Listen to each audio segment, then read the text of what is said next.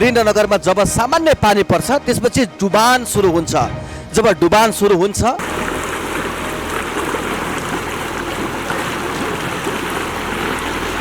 खोर्के खोला, इत्राम खोला र निमारे खोला, यी तीनटा खोलाले सही निकास नपाउँदाखेरि यी खोलाहरू बढ्दै गएर नागरिकको घर, बस्ती, जग्गा, जमिन सबै ठाउँमा ध्वस्त पार्छ। यहाँ नागरिकहरूले धान लगाएर आफ्नो जीविकोपार्जन गर्नका लागि लगाएको खेत अहिले बगरमा परिणत भइरहेको छ। यो इत्राम खोला यो बाटो हुँदै बग्न पर्ने थियो दर्शक महानुभावहरू, तर यो खोला चाहिँ यो इत्राम खोलामा नबगिकन यतापट्टि नागरिकको बस्ती, नागरिकको खेती, नागरिकको घर, जमिन नष्ट हुने गरी बगिरहेको छ। खोलाको भाग छ यो खोलो होइन, यो चाहिँ बुलबुलेबाट यहाँका पुराना जिम्मेदारहरूले खेत चार्ने पुला हो।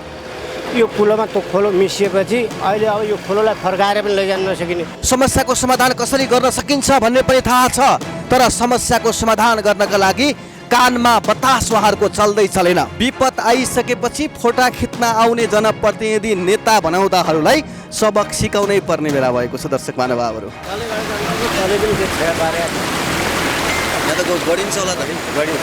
यो इत्राम खोला जहाँबाट खोला बग्नु पर्ने यो चाहिँ अग्लो ठाउँ छ, जहाँबाट खोला बग्न पर्ने हो यो ठाउँ चाहिँ अग्लो छ र यतापट्टि यो खेत, बस्ती, यहाँ धानहरू लगाइएको थियो, यहाँ चाहिँ गहिरो छ। राति अब यहाँ हेर्दै राख्छौँ, हेऱ्यो भने यहाँ खोलाले काट्यो भनेपछि अब यहाँ आएर यहीँ बस्नु पऱ्यो। अनि अनुगमन, नियमन, सतर्कता जस्ता विविध कुराहरूमा सरकारी बजेट कुम्ल्याउने मात्रै हो।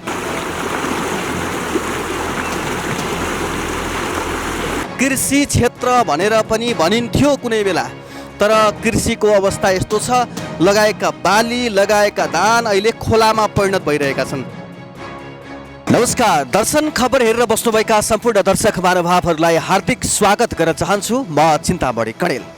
कर्णाली प्रदेशको राजधानी वीरेन्द्रनगरमा जब सामान्य पानी पर्छ त्यसपछि डुबान सुरु हुन्छ। जब डुबान सुरु हुन्छ अनि ओडा सरकारदेखि नगर सरकार हुँदै प्रदेश सरकारसम्ममा नेतृत्व गर्नेहरू गाडी चढेर छाता ओढ्दै स्थलगत अवलोकन गर्यौँ भनेर फेसबुकमा फोटा पुस्टाएका कुराहरू बारम्बार हामीले देख्दै आइरहेका छौँ।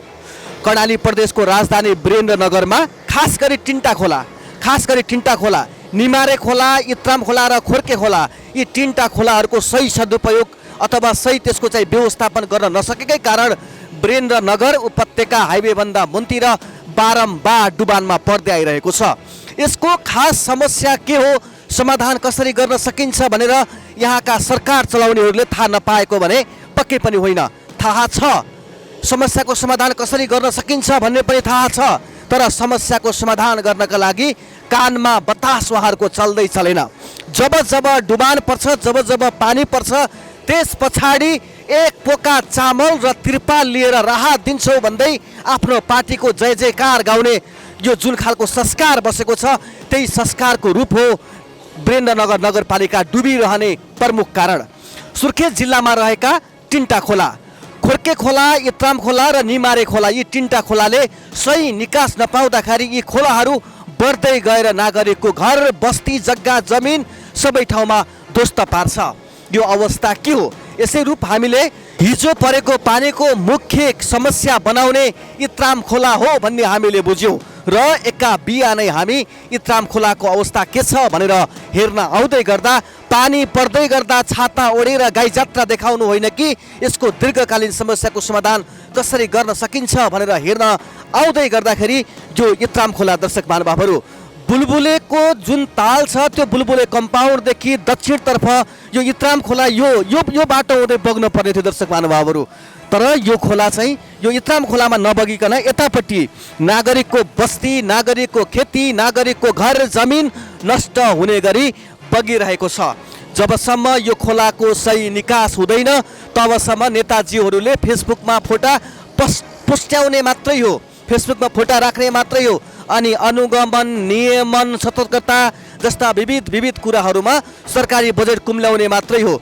यही खोलालाई मात्रै सही सदुपयोग गरिदियो भने इत्राम खोलाले गर्ने वर्षेनी क्षतिबाट नागरिकले पाएको शास्तिबाट मुक्त हुन सक्नेछन्। आज के हुँदैछ, कस्तो हुँदैछ भनेर यहाँको माझमा स्थलगत रिपोर्टिङ गरेर यहाँको माझमा पेश गर्ने तयारी गर्दैछौँ। आउनुहोस् के देख्छौँ यहाँलाई देखाउँदै जानेछौँ।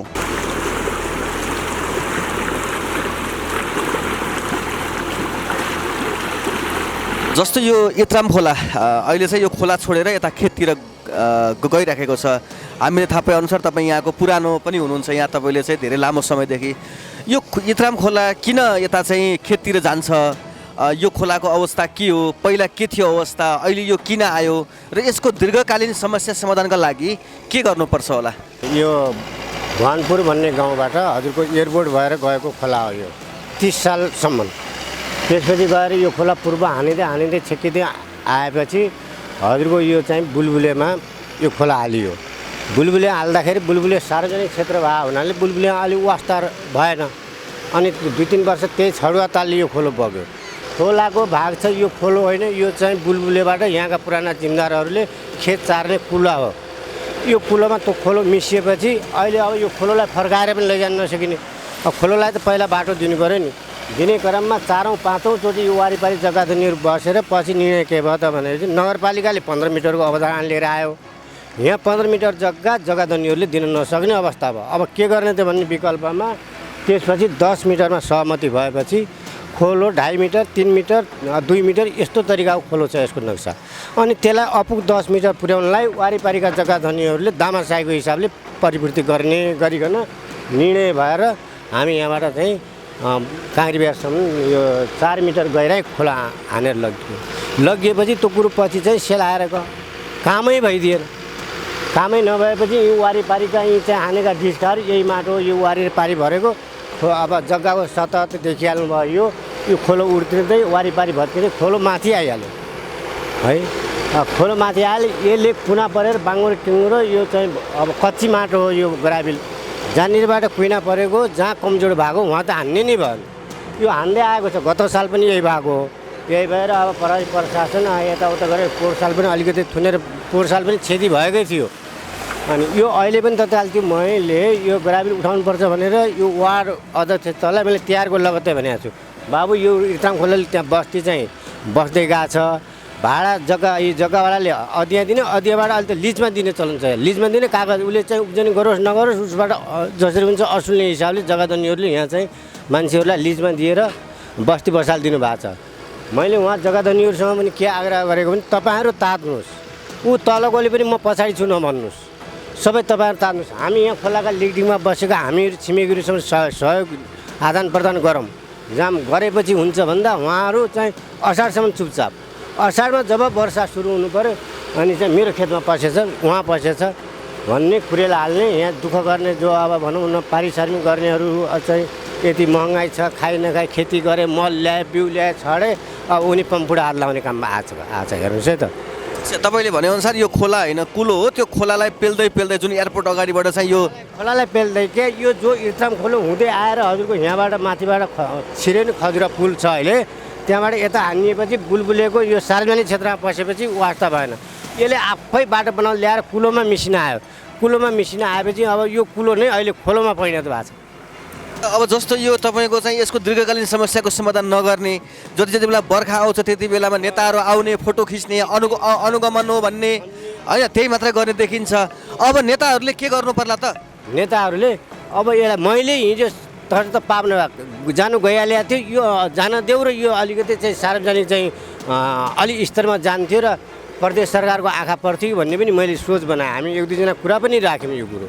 हेर्नुहोस् त आए यताउता गरेँ, हिजो दिनभरि कति कर्मचारीहरू कहाँ कर्मचारी यो यहाँको यो पब्लिक मान्छे यसै लागेका छन्, यता भनिदिएको छ, उता रमाइलो छ माथि। जस्तो यो जति पनि यो सुर्खेत उपत्यका डुबानमा पर्ने गर्छ हाइवेभन्दा मुनतिर, यसको मुख्य कारण नै इत्राम खोला है। इत्राम खोला हाम्रो यो सुर्खेत भ्यालीलाई बिगार्ने भनेको 3टा खोला छन्। हामी पहिला न एउटा हाम्रो पश्चिममा खोर्गे खोला छ, एउटा हाम्रो यो माझा इत्राम खोला छ, एउटा न्यावरे खोला छ। हेर्नु यो 3टा खोलालाई राज्य यो प्रदेश सरकारले अवतरण गरिदिने हो भने यहाँ सुर्खेतमा जहाँनिर तिनीहरू जे पनि हुन्छ, उद्योग कल कारखाना चल्न सक्छन् क्या। कहाँ छ हाम्रो भूभाग डुबानमा, अहिले डुबानै छैन नि। हेर्नु न यस्तो क्षेत्रलाई यिनी 3टा चिराले रुवाएका छन्। चाहने हो भने सकिन्न। यी 3टा चाहिँ खोर्गेको क्षेत्र ठुलो छ, फेरि खोर्गे खोलो पहिल्यै थियो र उसको हजुरको 32 मिटरसम्म पनि छ। हजुरको 18-20 मिटर कुरो 32 मिटर निस्क्यो क्या त्यो खोलो। तर यो छैन, यो कुल हो, यो चाहिँ 2.5-3 मिटर छ, अहिले 10 मिटर दिन। अब कोहीले त कन्जुसाइ गरेको छ, त्यहाँ बाङ्गु पारिदिएको छ। यिनी कारणहरूले पनि यो खोलो अहिले अब व्यवस्थित हुन नसकिराखेको अवस्था हो।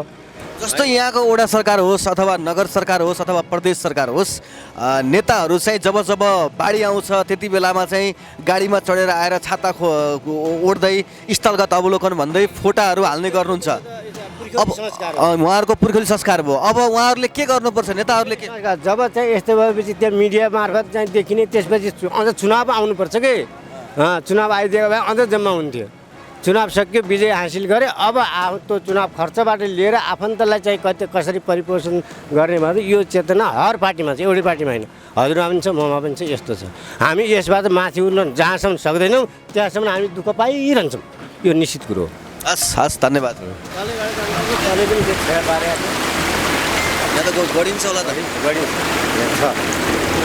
दर्शक महानुभावहरू यो इत्राम खोला जहाँबाट खोला बग्नु पर्ने यो चाहिँ अग्लो ठाउँ छ। जहाँबाट खोला बग्न पर्ने हो यो ठाउँ चाहिँ अग्लो छ र यतापट्टि यो खेत बस्ती यहाँ धानहरू लगाइएको थियो, यहाँ चाहिँ गहिरो छ। अनि यो अग्लो ठाउँबाट खोला जान्छ भनेर चाहिँ कसरी कल्पना गरियो र चाहिँ यहाँ चाहिँ यो खोलाको हाइट अग्लो हुँदै गइसके पछाडि यो पानी स्वतः बस्तीतिर अथवा खेततिर गइराखेको छ। यो स्थलगत अवस्था के हो? यहाँ कर्णाली प्रदेश सरकार जो घर दैलो नजिकै छ, स्थानीय प्रदेश सरकारले के गरिरहेको छ, सँगसँगै वीरेन्द्रनगर नगरपालिकाले के गरिरहेको छ, सँगसँगै वडा सरकारले के गरिरहेको छ।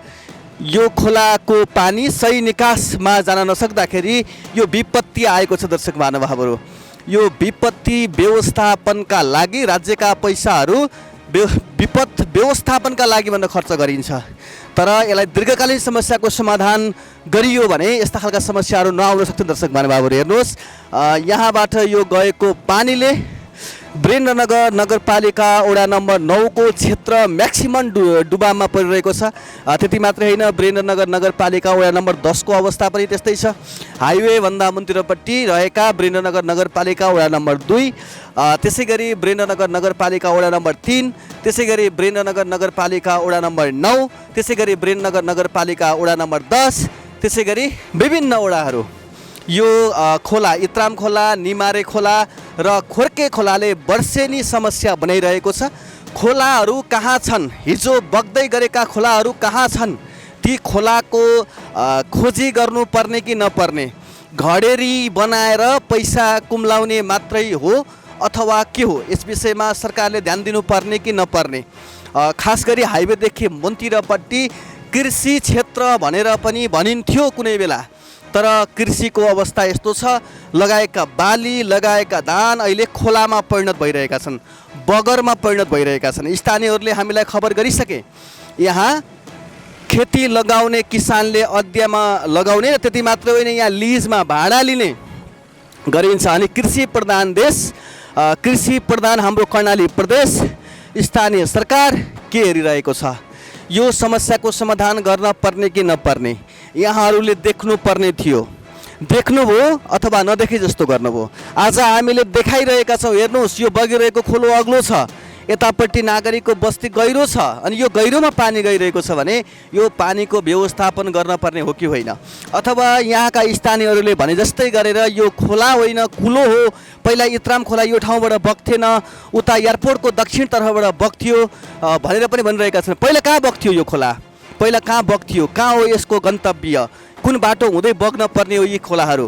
यसको खोजी गर्न पर्ने कि जब जब विपद आउँछ फोटो खिच्ने, अनुगमन भन्ने, स्थलगत अवस्थामै पुगियो भन्ने फोटो खिच्ने र फेसबुकमा पोस्टाउने, त्यति गरे मत हालिहाल्छन् भेडा जनताले। यही त हो, जनताहरूलाई भेडा सम्झिनुहुन्छ तपाईँहरू। अब हरेक नागरिकहरूले विपद आइसकेपछि फोटा खिच्न आउने जनप्रतिनिधि नेता बनाउँदाहरूलाई सबक सिकाउनै पर्ने बेला भएको छ। दर्शक महानुभावहरू,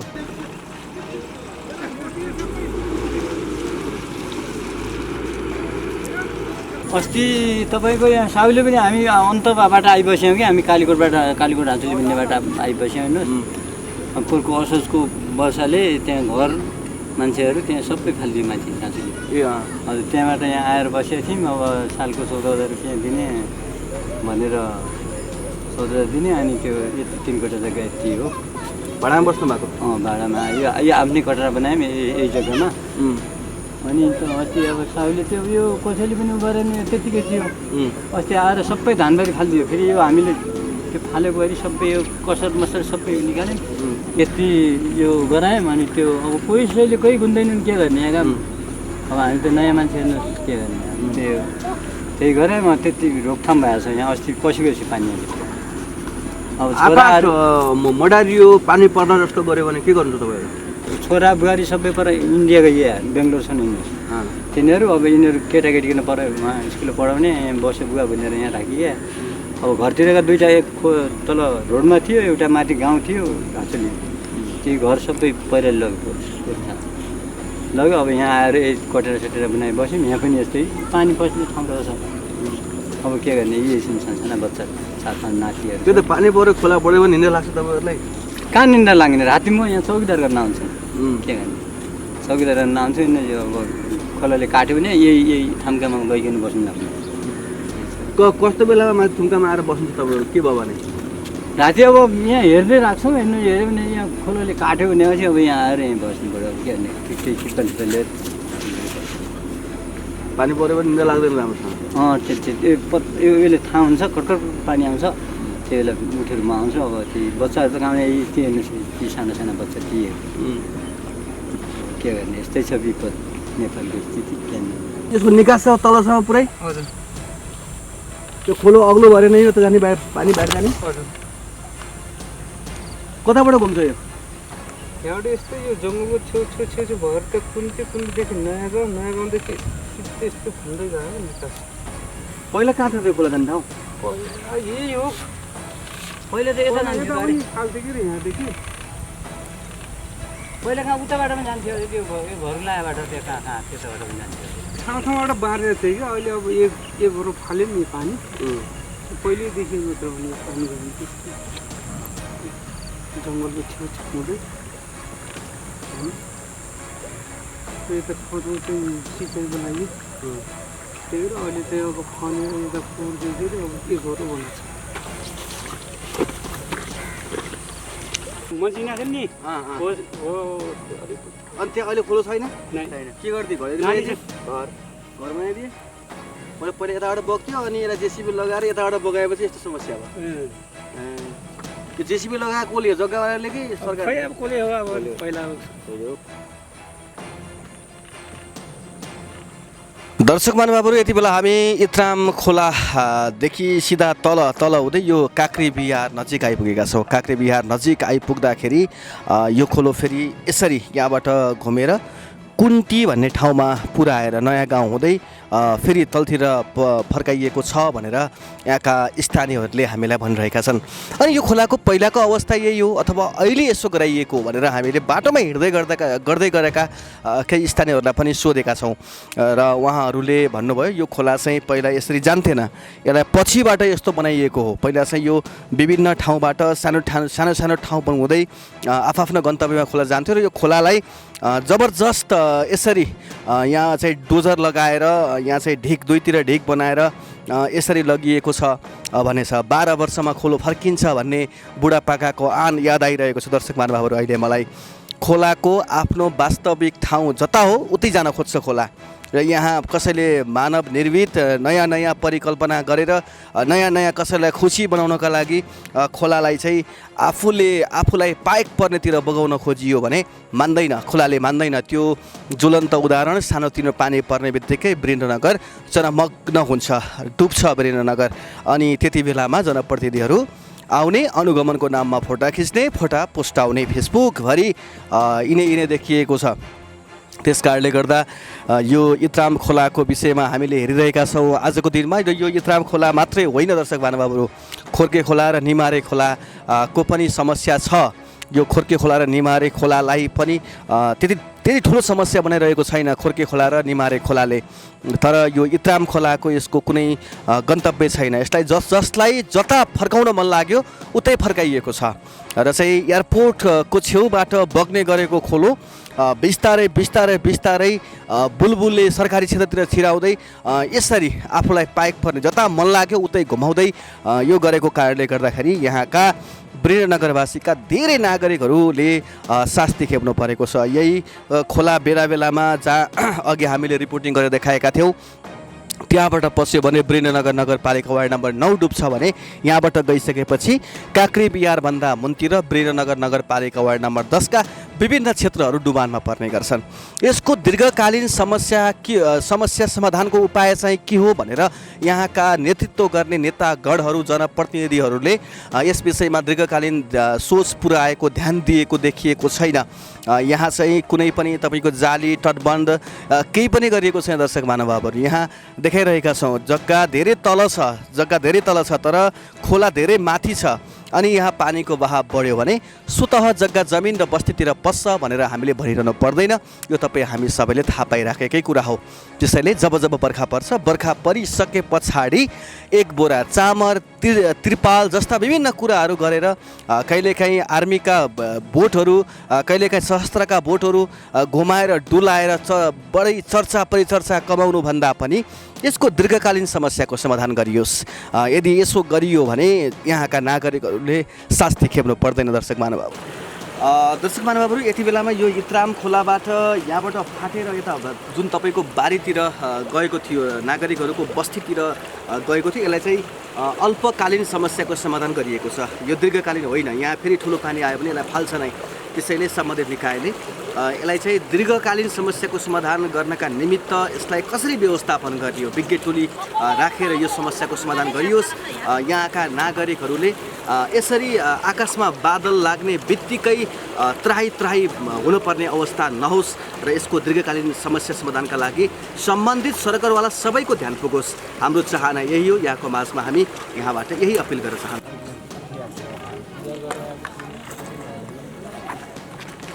दर्शक महानुभावहरू यो अघि हामी तरेको यो चाहिँ खेत हो र चाहिँ अहिले यो जेसिबीले त्यहाँ बन्द गरेर उतापट्टि फर्काइसके पछाडि अहिले यो अवस्था यस्तो छ। यो नागरिकले खेतमा धान लगाएको खेत हो यो। तर अहिले यहाँ हामीले देख्न सक्छौँ पुरै खोला बनिरहेको छ, यहाँ बगर बनिरहेको छ।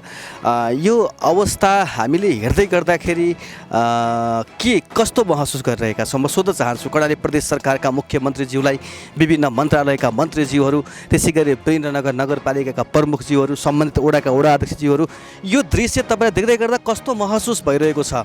खुब गरे भन्ने लागिरहेको छ अथवा यसको दीर्घकालीन समस्याको समाधान कसरी गर्ने के सोच्दै हुनुहुन्छ तपाईँहरू? म यहाँबाट हरेक नागरिकको प्रतिनिधित्व गर्दै यहाँलाई प्रश्न गर्दैछु। हेर्नुहोस् दर्शक महानुभावहरू, यो यहाँ नागरिकहरूले धान लगाएर आफ्नो जीविकोपार्जन गर्नका लागि लगाएको खेत अहिले बगरमा परिणत भइरहेको छ। जस्ताको तस्तै जहाँको त्यहीँबाट यहाँलाई देखाउने प्रयत्न गरिरहेका छौँ। हेर्न सक्छौँ हामीले यो इत्राम खोला कता गइरहेको छ भनेर आउँदै गर्दा हामीले देखिरहेका छौँ। यो इत्राम खोलामा माथिबाट बाढी आउने, त्यसपछि ग्राभिल ढुङ्गाहरू बगाएर लिएर आउने र यो खोलाको जुन उचाइ छ त्यसलाई बढाउँदै जाने र नागरिकहरूको जमिन चाहिँ तल्लो अवस्थामा छ, तलतिरपट्टि छ। यो अग्लो ठाउँबाट पानीको बहाव धेरै भइसके पछाडि योले चाहिँ थेक्न सक्दैन र बस्तीमा जान्छ। यो कुरा यहाँलाई हामीले स्थलगत अवस्थामै देखाइरहेका छौँ। यसरी भएको छ समस्या यो हो यहाँको। यो इत्राम खोलालाई सही व्यवस्थापन नगर्दाखेरिको परिणाम हो। बारम्बार हामीले यहाँलाई भनिरहेका छौँ यो इत्राम खोलाको सही व्यवस्थापन नगरेसम्म समस्याको समाधान हुँदैन। त्यसैले सम्बन्धित सरकारवाला सबैजना वीरेन्द्रनगर नगरपालिका कर्णाली प्रदेशको राजधानी हो। यो राजधानी भएका हिसाबले कर्णाली प्रदेश सरकारको पनि यस विषयमा विशेष ध्यान जान आवश्यक छ। आफ्नै नगरपालिका भएको कारणले गर्दा वीरेन्द्रनगर नगरपालिकाको पनि यसमा खास गरी ध्यान जान आवश्यक छ। यसरी पानी परिरहेको बेलामा सरकारी गाडी चढेर छाता ओढ्दै फोटो खिचेर मात्रै समस्याको समाधान हुँदैन। यो हामीले भनिरहेका छौँ बारम्बार। त्यस कारणले गर्दा यसको दीर्घकालीन समस्याको समाधान खोजियोस्। वीरेन्द्रनगरवासीहरूको यो जग्गा मात्रै डुबेको छैन, जमिन मात्रै डुबेको छैन, खेती किसानी मात्रै डुबेको छैन, यहाँका नागरिकहरूको विश्वास डुबेको छ, यहाँका नागरिकहरूको सपना डुबेको छ, यहाँका नागरिकहरूले सरकारलाई गरेको विश्वास डुबेको छ। त्यस कारणले गर्दा सम्बन्धित सरकारवाला सबैजनाले यस विषयमा ध्यान पुर्याइयोस् र यसको सही व्यवस्थापन गरियोस्, न कि फेरि आगामी वर्षहरूमा फेरि डुबान पर्यो भन्दै सरकारी गाडी चढेर आएर फेसबुकमा फोटा खिचेर अनुगमन गरियो भनेर फोटा हाल्न पर्ने त्यो तपाईँको बाध्यता हटोस्, डुबान नपरेको देखाउन सकियोस्। हाम्रो चाहना यति मात्रै हो। खास गरी इत्राम खोला, निमारे खोला र खोर्के खोला, यी 3 खोलाका पूर्व पहिला बग्ने ठाउँ कता कता हो, खोलाहरू कहाँ कहाँ अतिक्रमण गरिएको छ, कसको सेटिङमा कसलाई तपाईँको चाहिँ सुकुम्बासी समस्या समाधान आयोगबाट लाल पूर्जा दिएको छ, ती कुराहरू जफत गरोस्, सरकारले जफत गरोस् र खोलालाई सही गतिमा बग्न दियोस् र खोलाले आफ्नो बाटो पायो भने क्षति गर्दैन कसैको पनि। हाम्रो यही नै हो। यहाँ डुबान पर्यो भनेर भन्दै गर्दाखेरि डुबान किन पर्यो र यो डुबानको समस्याको समाधान के हो भन्ने विषयमा यहाँलाई हामीले रिपोर्टिङ गरेर देखाउने प्रयत्न गरिरहेका छौँ दर्शक महानुभावहरू। त्यसैले सम्बन्धित निकायको ध्यान जाओस्। सहकर्मी साथी सीता आचार्यको साथमा चिन्तामणि कणेल बिदा माग्छु। नमस्कार।